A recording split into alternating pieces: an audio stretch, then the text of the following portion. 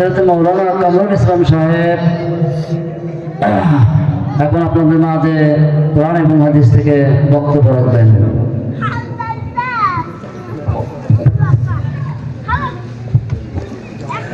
السلام عليكم ورحمة الله وبركاته. الحمد لله تعالى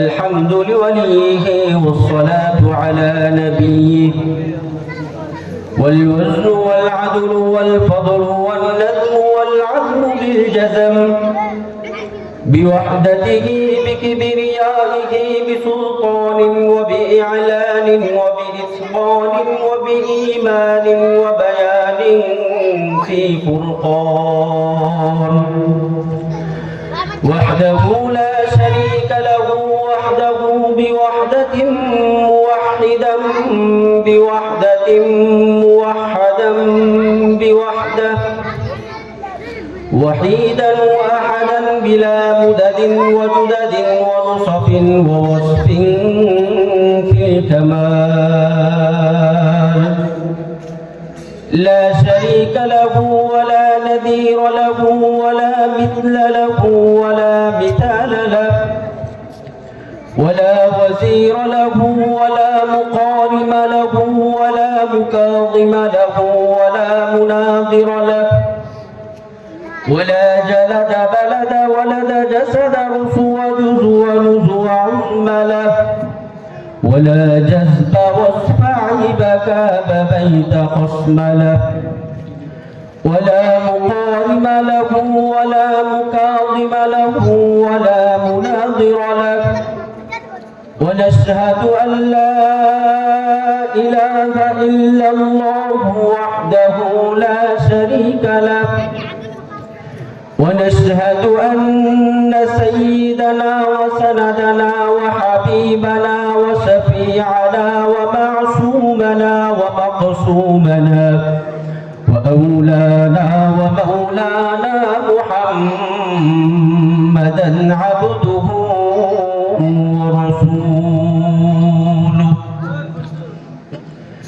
أما بعد فأعوذ بالله من الشيطان الرجيم بسم الله الرحمن الرحيم والتين والزيتون وطور سينين وهذا البلد الأمين لقد خلقنا الإنسان في أحسن تقويم ثم رددناه أسفل سافلين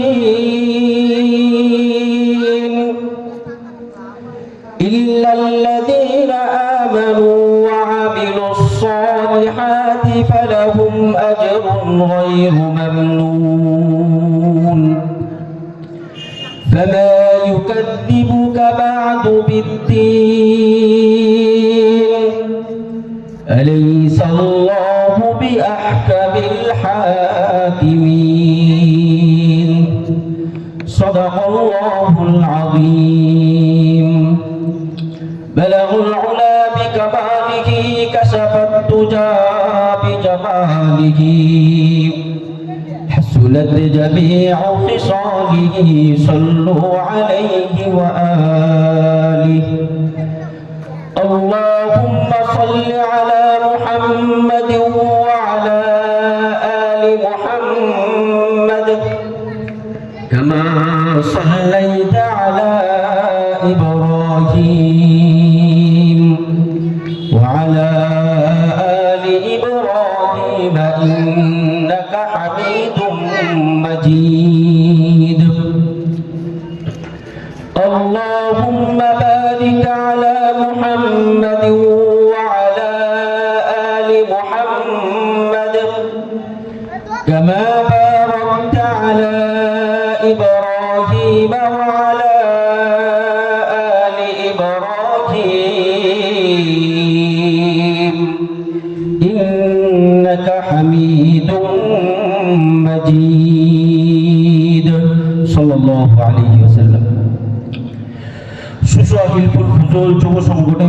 যুব সংগঠনের উদ্যোগে তাফসীরুল কোরআন মাহফিলের প্রধান বক্তা হযরতুল আল্লামা মাওলানা বুরহানুদ্দিন রব্বানী সাহেব দামাত বরকাতুহুল আলিয়া, উপস্থিত আছেন মাওলানা সানোর হোসেন সাইফি দামাত বরকাতুহুল আলিয়া, উপস্থিত আছেন মাওলানা শামীম হাসান বিন আফসারি দামাত বরকাতুহুল আলিয়া, আরো উপস্থিত আছেন সম্মানিত সভাপতি সাহেব, অত্র এলাকার মুরব্বিয়ানে কেরাম, মা ও বোনেরা, সকলের প্রতি আমার সালাম। আসসালামু আলাইকুম ওয়া রাহমাতুল্লাহি ওয়া বারাকাতুহু। আল্লাহ তাআলা লাখ কোটি শুকর যে মহান রব্বি করিম আল্লাহ তাআলা আমাদেরকে এত সুন্দর একটি জলসা উপহার দিয়েছেন, এত সুন্দর একটি মজমা এই চর অঞ্চলের মধ্যে করার মতো তৌফিক দিয়েছেন অত্র এলাকার যুবকদের মাধ্যমে। বর্তমান সময়ে যখন যুবকরা নর্তক নিয়ে, যাত্রা নিয়ে, গান বাজনা নিয়ে ব্যস্ত, সেই সময়ে উক্ত সময়ে এই এলাকার যুবকরা মিলে সেই গান বাজনা না করে, নর্তকী না করে, গানের গুণার কাজ না করে, সেই যুবকরা একটা সওয়াবের মজমা, জান্নাতের বাগিচা আপনাদেরকে উপহার দিয়েছেন। সেই জন্য সকলেই বলুন আলহামদুলিল্লাহ। যে নবীকে সৃষ্টি না করলে তাম পৃথিবীর কোনো কিছুই সৃষ্টি করা হতো না, সেই নবীর উপর সকলে আমরা দরুদ পড়ি সাল্লাল্লাহু আলাইহি ওয়াসাল্লাম। আমি আপনাদের সামনে একটি সূরা তেলাওয়াত করেছি, সূরাতুত তিন।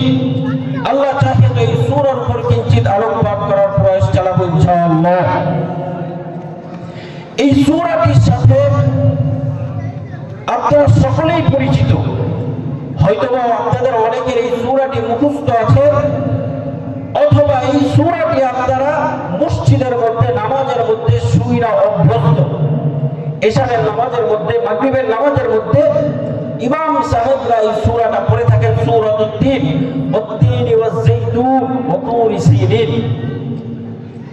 এই সূরার উপরে কিঞ্চিত আলোকপাত করব ইনশাআল্লাহ। মুহতারাম হাজিরিন,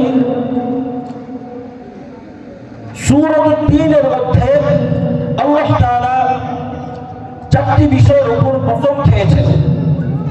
এই চারটি বিষয়ের উপর কসম খাওয়ার পরে আল্লাহ তাআলা বলেন, আমি মানুষকে সবচাইতে উত্তম আকার আকৃতি দিয়ে সৃষ্টি করেছি। তারপর আল্লাহ তাআলা বলেন, এই মানুষকে আমার হীনতাগ্রস্ত করে দিয়েছি, নিচু মানুষদের অন্তর্ভুক্ত করে দিয়েছি। সূরাতুত তিনের সারাংশ অর্থ এটাই। এই সূরাটি কতটা গুরুত্বপূর্ণ সূরা, বুখারী শরীফের 776 নম্বর হাদিস, হযরত বারা রাদিয়াল্লাহু তাআলা আনহু বলেন, আমি রাসূল সাল্লাল্লাহু আলাইহি ওয়াসাল্লামের সাথে সফরে ছিলাম। তো এশারের নামাজের সময় প্রথম রাকাতে অথবা দ্বিতীয় রাকাতে আল্লাহ রাসূল সাল্লাল্লাহু আলাইহি ওয়াসাল্লাম সূরাতুত তিন তেলাওয়াত করলেন। আল্লাহ রাসূল সাল্লাল্লাহু আলাইহি ওয়াসাল্লাম সূরাতুত তিন তেলাওয়াত করলেন, অনেক গুরুত্বপূর্ণ সূরা।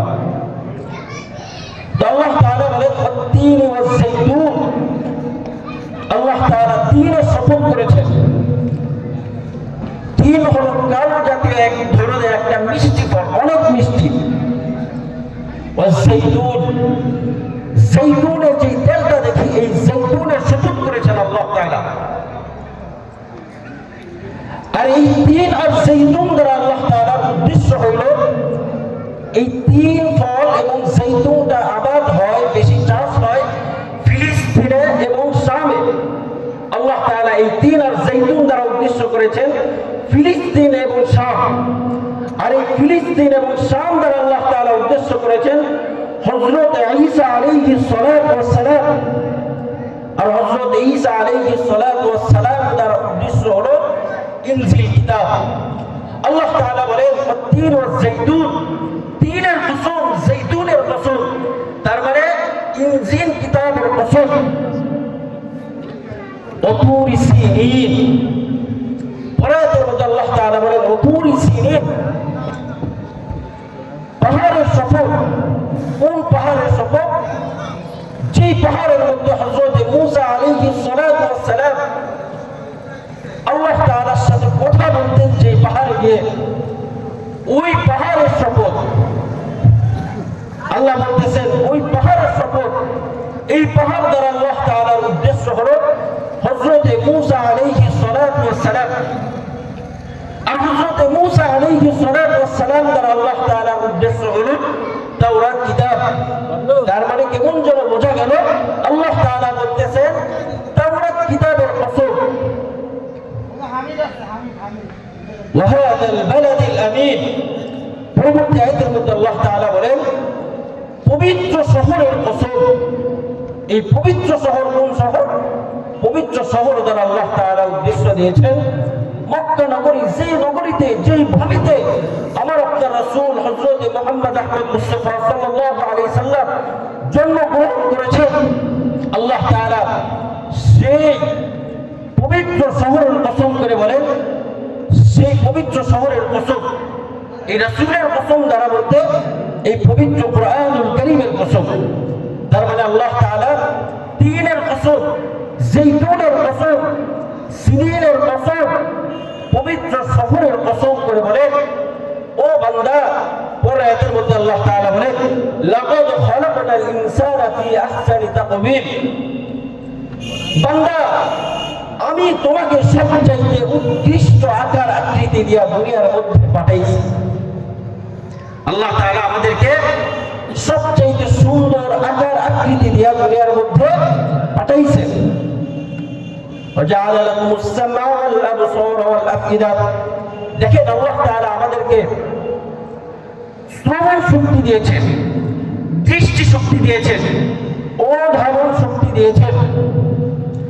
আল্লাহ তাআলা এই সমস্ত গুণগুলো, অনেক প্রাণী আছে যাদের মধ্যে আল্লাহ তাআলা দেন নাই। 18,000 মাখলুকের মধ্যে সবচাইতে শ্রেষ্ঠ মাখলুক কি? মানুষ। আল্লাহ তাআলা সবচাইতে শ্রেষ্ঠ মাখলুক মানুষ। আল্লাহ তাআলা বলতেছেন আমি কোরআনের মধ্যেও বলেছি, আমি তাওরাতের মধ্যেও বলেছি, আমি ইনজিলের মধ্যেও বলেছি, সবচাইতে উৎকৃষ্ট, সবচাইতে উন্নত, সবচাইতে সুন্দর কইরা আমি যেই জিনিসটা বানাইলাম সেটা হলো মানুষ। পরবর্তী আয়াতের মধ্যে আল্লাহ তাআলা বলেন তুম্মা রাদাদনাহু আসফালা সাফিলিন। ও বান্দা, আমি মানুষকে এত সুন্দর কইরা বানাইলাম, এত সুন্দর কইরা বানানোর পরে এই মানুষকে আবার আমি হীনতাগ্রস্তদের মধ্যে পাঠিয়ে দিলাম, নিচু মানুষদের মধ্যে অন্তর্ভুক্ত কইরা দিলাম। মানুষকে সবচাইতে উত্তম বানাইছে, তারপর আবার এই মানুষকে আল্লাহ তাআলা কি করছেন? সবচাইতে নিচু মানুষদের মধ্যে অন্তর্ভুক্ত কইরা দিয়েছেন, সবচাইতে খারাপ মানুষ বানায় দিয়েছেন। তো খারাপ মানুষ কারা? খারাপ মানুষ কারা? ঈমান নাই যাদের, তারাই হইল হীনতাগ্রস্ত। ঈমান আছে যারা, তারা উত্তম। আর ঈমান নাই যারা, তারা হলো হীনতাগ্রস্তদের মধ্যে অন্তর্ভুক্ত। আল্লাহ তাআলা পরের আয়াতের মধ্যে বলেন ইল্লাল্লাযীনা আমানু ওয়া আমিলুস সালিহাত ফালাহুম আজরুন গায়রু মামনুন। তবে যারা ঈমান এনেছে, যারা নেক কাজ করেছে, তারা হীনতাগ্রস্তদের মধ্যে নয়। যারা ঈমান এনেছে, যারা নেক কাজ করেছে, তারা হলো উত্তম মানুষ। যারা ঈমান আনে নাই, যারা নেক কাজ করে নাই, তারা হলো নিকৃষ্ট মানুষ। ইল্লাল্লাযীনা আমানু, ঈমান কাকে বলা হয়? ঈমান কাকে বলা হয়? হযরত ওমর ইবনে খাত্তাব রাদিয়াল্লাহু তাআলা আনহু আল্লাহ রাসূল সাল্লাল্লাহু আলাইহি ওয়াসাল্লামকে প্রশ্ন করলেন, হে আল্লাহর রাসূল, ঈমান কাকে বলা হয়? আল্লাহ রাসূল সাল্লাল্লাহু আলাইহি ওয়াসাল্লাম বললেন চার জিনিসকে ঈমান বলা হয়। কয় জিনিস? চার জিনিসকে ঈমান বলা হয়। এক নম্বর হলো ইসলাম, দুই নম্বর ঈমান, তিন নম্বর ইসলাহ, চার নম্বর কিয়ামত। এই চার জিনিসকে কি বলা হয়? ঈমান। এক নম্বর ইসলাম। ওমর ইবনুল খাত্তাব রাদিয়াল্লাহু তাআলা আনহু আল্লাহর রাসূল সাল্লাল্লাহু আলাইহি সাল্লামকে জিজ্ঞাসা করলেন, হে আল্লাহর রাসূল, ইসলাম ইসলাম কাকে বলে? আল্লাহ রাসূল সাল্লাল্লাহু আলাইহি সাল্লাম বললেন, ইসলাম বলা হয় যে মানুষটা আল্লাহ তাআলার উপর পরিপূর্ণ বিশ্বাস রাখে, আল্লাহ এক, এই জিনিসের উপর যে বিশ্বাস রাখে তাকে বলা হয় ইসলাম। এই বিশ্বাস রাখার পরে যে মানুষটা তার উপর বিধিবিধানগুলো মানে, যেমন নামাজ, পাঁচ ওয়াক্ত নামাজ আদায় করে, এরপরে যার উপর যাকাত ফরজ হয়েছে যাকাত আদায় করে, রোজা রাখে, হজে যাওয়ার মতো যার সামর্থ্য আছে, যার এতটুকু পরিমাণ অর্থ আছে, সে এইখান থেকে হজে যাইতে পারবে এবং আসতে পারবে, এতটুকু সামর্থ্য আল্লাহ তাআলা যাকে দিয়েছেন সে যেন হজ করে, এটাকে বলা হয় ইসলাম। তাহলে ইসলাম কাকে বলা হয়? আল্লাহর উপর বিশ্বাস রাখা, নামাজ আদায় করা, রোজা রাখা, যাকাত আদায় করা, আর হজ যদি ফরজ হয় তাহলে হজ আদায় করা। ওমর ইবনুল খাত্তাব রাদিয়াল্লাহু তাআলা আনহু বললেন, হে আল্লাহর রাসূল, ইসলাম কাকে বলে সেটা তো জানলাম, তাহলে ঈমান কাকে বলে? আল্লাহ রাসূল সাল্লাল্লাহু আলাইহি সাল্লাম বললেন, ঈমান বলা হয় যে মানুষের মধ্যে, যে মানুষের দিলের মধ্যে এই বিশ্বাসগুলো থাকবে সেটাকে বলা হয় ঈমান। কি বিশ্বাস? আল্লাহ তাআলার উপর বিশ্বাস যে রাখবে, ফেরেশতাগণের উপর বিশ্বাস যে রাখবে, আমানতু বিল্লাহি ওয়া মালাইকাতিহি ওয়া কুতুবিহি ওয়া রুসুলিহি, আল্লাহর উপর যে বিশ্বাস রাখবে, যে ফেরেশতাগণের উপর বিশ্বাস রাখবে, আল্লাহ রাসূলদের উপর যে সমস্ত কিতাব নাযিল হয়েছে এই কিতাবের উপর বিশ্বাস রাখবে, রাসূলগণের উপর বিশ্বাস রাখবে, কিয়ামতের দিনের উপর বিশ্বাস রাখবে, ভালো মন্দ তাকদীরের উপর বিশ্বাস রাখবে, এই সমস্ত জিনিসের উপর যার বিশ্বাস থাকবে সেই হইল ঈমানদার। এটাকেই বলা হয় ঈমান। ওমর ইবনুল খাত্তাব রাদিয়াল্লাহু তাআলা আনহু বললেন, ও আল্লাহর রাসূল, ইসলাম বুঝলাম, ঈমান বুঝলাম, তাহলে ইসলাহ কাকে বলা হয়? আল্লাহ রাসূল সাল্লাল্লাহু আলাইহি সাল্লাম বলেন, ইসলাহ বলা হয় এমন ভাবে ইবাদত করা, এমন ভাবে ইবাদত করা, যেমন আমি নামাজে দাঁড়াইলাম, নামাজে দাঁড়ানোর সাথে সাথে আমার দিলের মধ্যে যেন এই চিন্তা ভাবনা আসে যে আমাকে আল্লাহ, আমি আল্লাহকে দেখতেছি। মনে করেন আমি নামাজে দাঁড়ায় গেছি, আমি সূরা ফাতিহা পড়তেছি, আলহামদুলিল্লাহি রাব্বিল আলামিন আর রহমানির রহিম মালিকি ইয়াউমিদ্দিন, পড়ার সাথে সাথে আমার দিলের মধ্যে যেন ভাইসা ওঠে, আমার সিজদার জায়গার মধ্যে আমার মওলা পাক দাঁড়ায় আছে। এইটাকেই বলা হয় ইসলাম। ও বান্দা, তুমি নামাজে দাঁড়ায় গেলা, যদি তোমার দিলের মধ্যে এই চিন্তা না আসে, এই চিন্তা ভাবনা না আসে যে আল্লাহকে আমি দেখতেছি, তাহলে তুমি মাথার মধ্যে, চিন্তার মধ্যে এটা ঢুকায় দিবা, আল্লাহ আমাকে দেখতেছে, আল্লাহ আমাকে দেখতেছেন।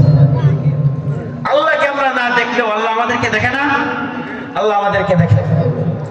এইটাকে বলা হয় ইসলাম।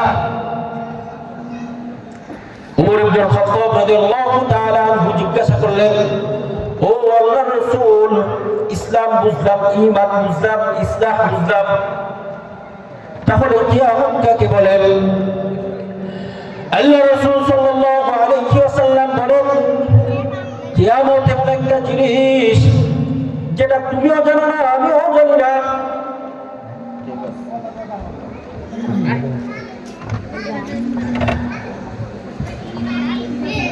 ও আল্লাহ রাসূল, তাহলে কিয়ামত কাকে বলে? আল্লাহ রাসূল সাল্লাল্লাহু আলাইহি সাল্লাম বললেন, কিয়ামত বলা হয় এমন জিনিসকে যেটা তুমিও জানো না আমিও জানি না, সেই জিনিসের উপর বিশ্বাস রাখা ওইটাকেই বলা হয় কিয়ামত।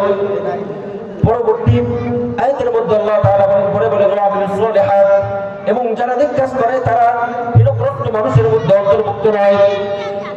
নেক কাজ করা দুই ধরনের, এক হলো প্রকাশ্য নেক কাজ করা, আর এক হলো গোপনে নেক কাজ করা। প্রকাশ্য নেক কাজ করা যেটা আমরা নামাজ পড়ে আল্লাহর বিধানগুলো মেনে চলে, প্রকাশ্য নেক কাজ করার চাইতে গোপনে নেক কাজ করা উত্তম। ইবনে হাশিম রাদিয়াল্লাহু তাআলা রাহমাতুল্লাহি আলাইহি বলেন, তুমি গুনার কাজ যতটুকু পরিমাণে গোপন রাখো, ও বান্দা তোমার গোপনে নেক কাজটাও যেন নেক কাজটা যেন এর চাইতে বেশি গোপন থাকে, এর চাইতে বেশি গোপন থাকে। ফালাকুম আজরুন গায়রু মামনুন, আর যারা ঈমান আনবে নেক কাজ করবে তাদের জন্য রয়েছে জান্নাত এবং অনেক উত্তম ফয়সালা। ফামা ইউকাযযিবুকা বা'দু বিদ্দীন, আল্লাহ তাআলা পরবর্তী আয়াতের মধ্যে বলেন, ও বান্দা তোমাকে কোন জিনিস কিয়ামত দিবস থেকে গাফেল রাখে? বান্দা তোমাকে কোন জিনিস কিয়ামত থেকে মিথ্যাবাদী করে? ও বান্দা তুমি এত কিছু জানো, এত কিছু বোঝো, এত কিছু দেখলা, কিন্তু তুমি কিয়ামত দিবসকে বিশ্বাস করলে না। আলাইসা আল্লাহু বিআহকামিল হাকিমিন, আল্লাহ তাআলা বলতেছেন আমি কি সর্বশ্রেষ্ঠ বিচারক নয়? অবশ্যই।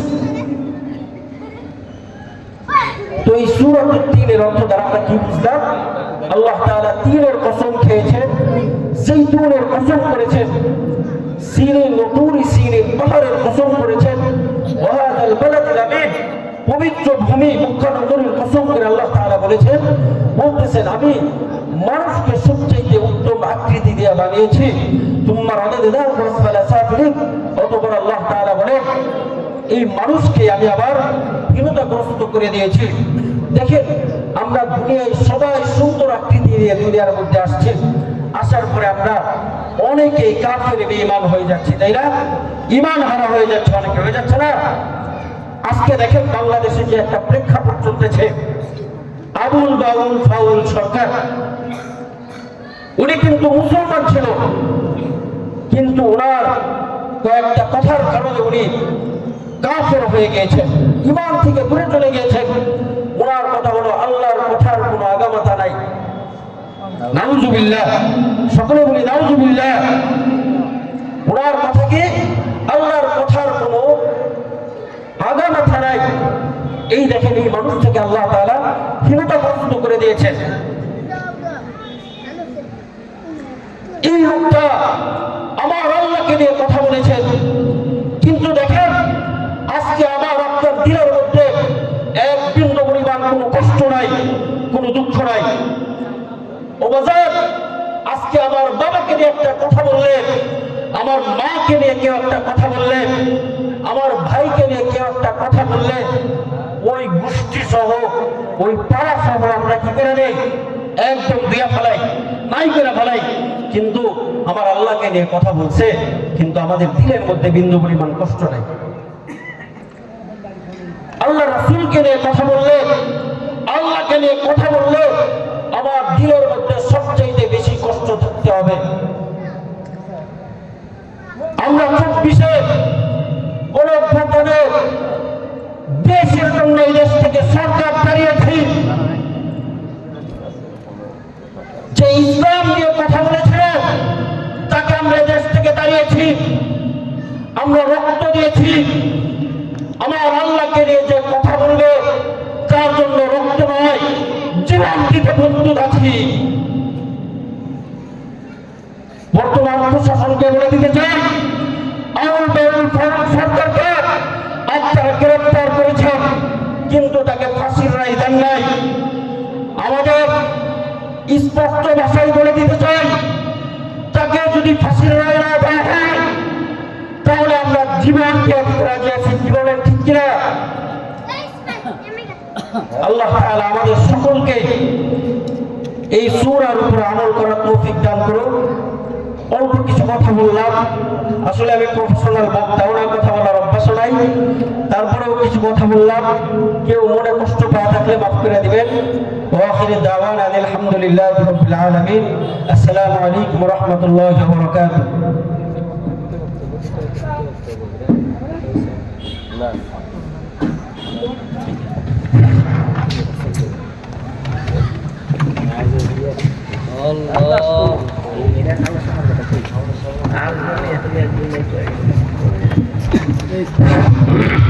মাশাআল্লাহ, আমাদের হাফেজ কামরুল ইসলাম সাহেব গুরুত্বপূর্ণ তাৎপর্য